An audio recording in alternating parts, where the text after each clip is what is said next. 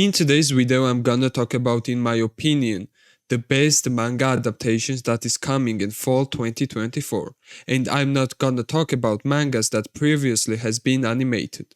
Before I jump into the manga recommendations slash reviews, I'm gonna try my hardest not to spoil anything. Uzumaki is arguably Junji Ito's best series out of the three he's done. That's what the fans are saying. I haven't read Tomiyokyo. I don't really like horror mangas. Uzumaki's plot takes place in the town of Kuryozucho. Kirie Goshima, the main character, lives a fairly normal life with her family. As she walks to the train station one day to meet her boyfriend, Shuichi Saito, she sees his father staring at a snail shell in an alley, thinking nothing of it. She mentions the incident to Shuichi, who says that his father has been acting weird lately. According to Shuichi Saito, the withdrawn boyfriend of teenager Kirie Goshima, their town is haunted not by a person or being, but by a pattern, Uzumaki, the spiral, the hypnotic secret shape of the world.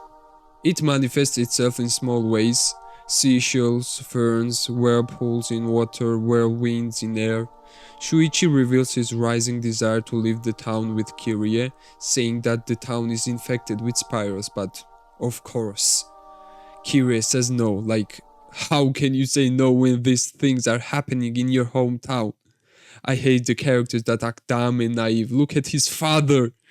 Junji Ito is aware of typical horror tropes. You know, hey, let's go explore the old haunted house. Let's not leave when quite obviously we should leave, because if we just leave, then horror things can happen. And whoa, here's a random trail of blood. Let's follow it. But he takes it to a new level with Uzumaki.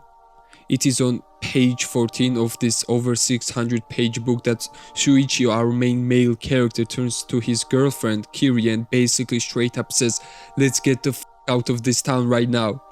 Then his father's obsession with the shapes soon proves deadly, beginning a chain of horrific and unexplained events that causes the residents of Kuryozucho to spiral into madness. After all crazy shit that happens in this town, Kirie still refuses to get out of this town with his boyfriend. Kirie doesn't really respond because she doesn't know how to, yet anyone with a half a brain would immediately leave after any of the events of any chosen Uzumaki chapter. Shuichi is actually probably one of my favorite Junji Ito characters. He starts out as a bit weird, but with every next chapter of Uzumaki he just becomes worn down bit by bit. He continually repeats his desire to leave the town, but nope, Kirie doesn't immediately leave with him when they could. The third chapter literally ends with a girl having a spiral vortex open up in her head, literally consume a guy and then eat herself whole. Why would you not immediately leave when people are cremated, their ashes fly up into the sky, form a spiral, and then are sucked down into the lake? There's clearly something weird going on with this town. Besides that, what I really liked in this manga is that it is really fast paced and you get really drawn to the story from the first chapter.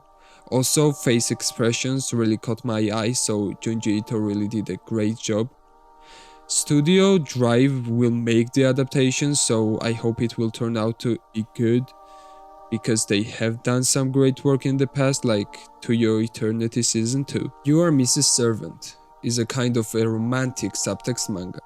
Hitoyoshi Yokoa, the main character, is a high school student who currently lives alone. One day, an unfamiliar girl knocks on his door and offers to be his maid. She reveals that she is a former assassin, which makes Hitoyoshi nervous, but when her skills save him from being run over by a truck, Hitoyoshi decides to take her in. However, the mysterious girl actually has no household skills. In fact, her only expertise is assassination, as she has lived her entire life for the sake of killing. Nonetheless, her time with Hitoyoshi allows her to experience new emotions she had never felt before, inspiring her to become a normal girl.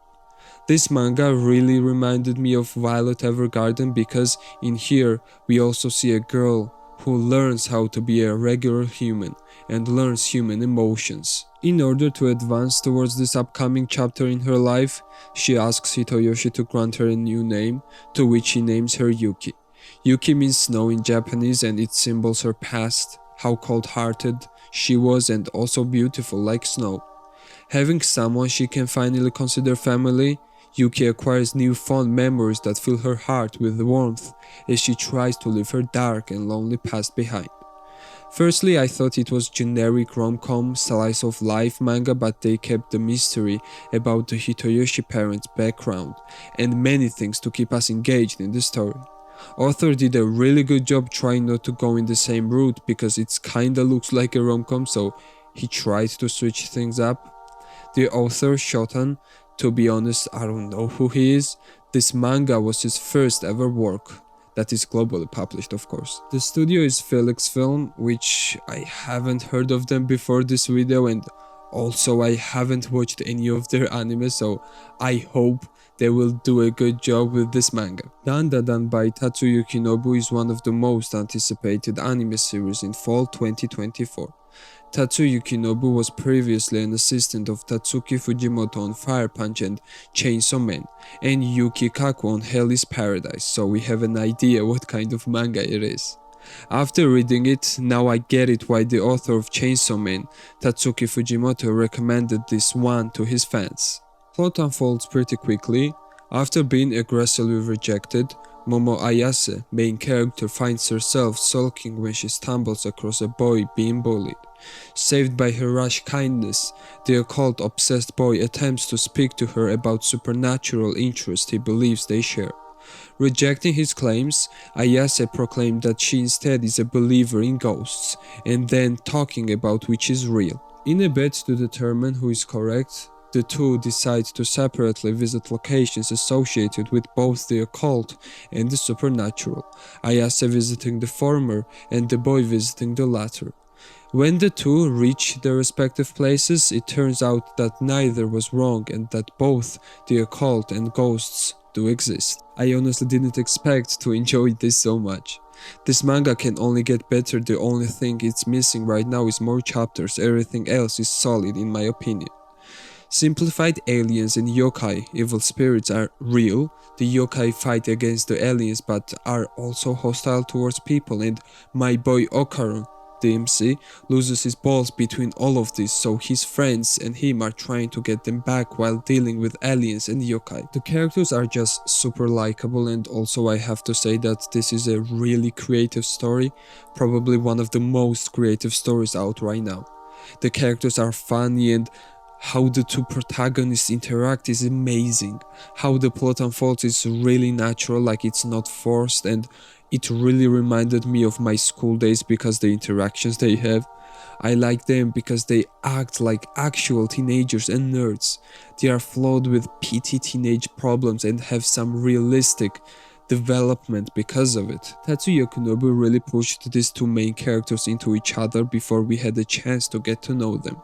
And that was the only way he could deliver these two absolutely different characters from each other to us. If it was other way around, we could have thought like, why is she talking to this guy or even looking at him? This is where I feel that the manga shines the most. Okaru is displayed as your usually scrawny nerd kid, whereas the Momo Ayase the more cool gyro style kinda girl. Love the different types of villains here, all with their own unique traits and motives, and how the majority of them aren't beaten by just punching hard, plus their design are great. Aliens and yokai leave so many possibilities for villains and allies, can't wait for more of them. The manga has a few rare massive 2-page spreads that allows the mangaka to truly flex his artistic skills. Character expressions are fantastic and the action scenes are exciting to witness. The supernatural entities are also both horrifying and interesting to look at. The studio that will handle this manga is Science Saru. The studio is really known for their unique style of animation. They have done Devilman Crybaby, Ride Your Wave, and Japan Sinks 2020. Blue Box is a romance sports genre. Recently, Blue Box became one of my favorite romance manga, not because of the characters, I'm not saying they are bad, or the art style, What got to me was the unique story combining sport with romance. I think Blue Box is a brilliant manga that uses sports as an analogy for the journey of adolescent love, especially for our main character Taiki Inomata. Taiki Inomata is a badminton player who is in love with basketball player named Chinatsu Kano, the person who trains alongside her every morning at the gym. In order for him to confess his feelings to Chinatsu, he tries his hardest on badminton to prove to himself subconsciously that he is worthy of being by her side. This creates an interesting moment for our characters whenever there is a chance that he is visibly available to make a move but has to hold back because he subconsciously thinks of himself as not worthy yet. Romance isn't all about worthiness, but it is about the feelings within you and the consistency that you can provide to satisfy your partner and yourself throughout their relationship. In the mind of an adolescent who is experiencing love in its early forms, it might feel like a sport that you need to achieve to be worthy.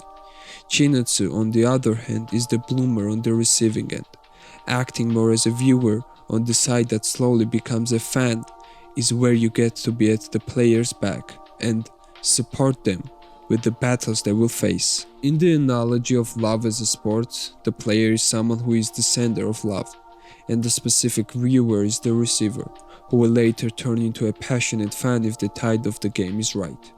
The manga also has an interesting supporting character named Hina, who is in love with the main protagonist. The art is great, the amount of details that goes into the characters' expressions, the atmosphere and everything really makes the whole experience of reading it so vivid. The story is fantastic and the author's way of storytelling is something I love. The balance of showing the characters' emotions while also keeping us the readers in the dark is perfect. Although many romance mangas do that, Koichi Miura really just hit the nail with it and he overall brilliantly executed the romance. It keeps me on the edge of my seat and I have gone through a lot of emotions while reading it. The sports theme really works well and intertwines with the romance and the two just complement each other beautifully and it's what makes this manga more special to me. Taiki is so badly in love with Chinatsu and always feels like he's embarrassing when he approaches Chinatsu, that the reader also feels this kind of pressure that Taiki has. This manga portrays the definition of a crush and how we people overthink every little situations we have with the crush. The studio is Telecom Animation Film, so we don't have to worry about the animation. People might know the studio from Orange, Adaptation or Lupin the Third, Tower of God and so on. I hope you guys really enjoyed this video. I'm trying to be consistent, so see you soon.